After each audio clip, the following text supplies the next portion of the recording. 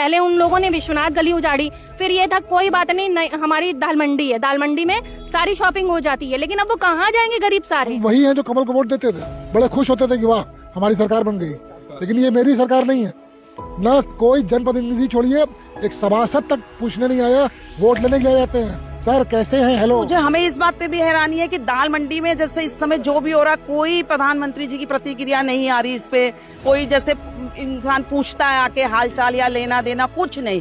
तो इस चीज का तो हमको बड़ा अफसोस है। और वो गरीबों की मार्केट है, ये तो पूरी गरीबी, मतलब गरीबी तो हटाना दूर, ये गरीबों को ही हटा दिए हैं। अरे हमारे साथ बच्चे हैं, बुजुर्ग हैं, उनकी दवाई है, पढ़ाई है, कहाँ से हम लोग करेंगे, कहाँ जाएंगे? आपके आगे तो हाथ नहीं फैला रहे हैं ना हम लोग। आप घर बदल सकते हैं, घर आज अगर आपका घर होगा ना, आप कहीं शिफ्ट कर सकते हैं। व्यापार, हमारी 5वीं पीढ़ी चल रही है, आप व्यापार नहीं शिफ्ट कर सकते हैं। रोज रोज आप व्यापार नहीं बदल सकते हैं, उसको जमाने में करने में कितना टाइम लगता है। श्रद्धालुओं के लिए सुगम रास्ता बनाएंगे तो और हम लोग के लिए क्या करेंगे?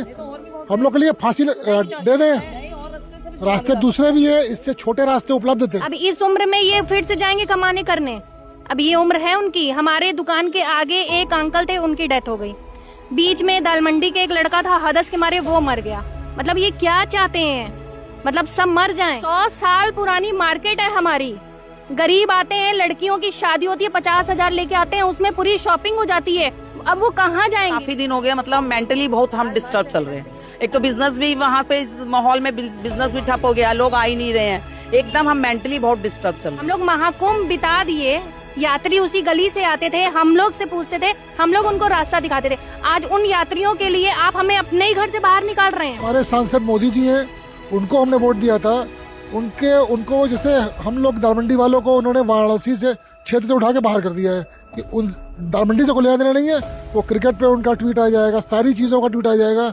बनास आते भी हैं, लेकिन दालमंडी का नाम शायद जैसे वो डिक्शनरी से काट दिया गया है। बीजेपी की तरफ से भी तो कोई आना चाहिए, हमारा दुखड़ा सुनना चाहिए कि आपको क्या कष्ट है। उनको हम अपने घर में लेके आए हैं, हम उनको वोट ना देते क्या वो हमारी काशी में आ सकते थे? नहीं आ सकते थे। आज वो हम ही कोई हमारे घर से बाहर निकाल रहे हैं। ये कहाँ का न्याय है भाई? हमें ये बताइए आप। उनसे हमको यही सवाल पूछना है कि गली कब से चौड़ी होने लग गई? रोड चौड़ी होती थी, गली कब से चौड़ी होने लग गई? प्रधानमंत्री से हाथ जोड़ निवेदन करते हैं कि दालमंडी भी वाराणसी में ही आता है, हम भी उन्हीं को वोट दिए थे, सांसद जी को, यानी हमारे प्रधानमंत्री को।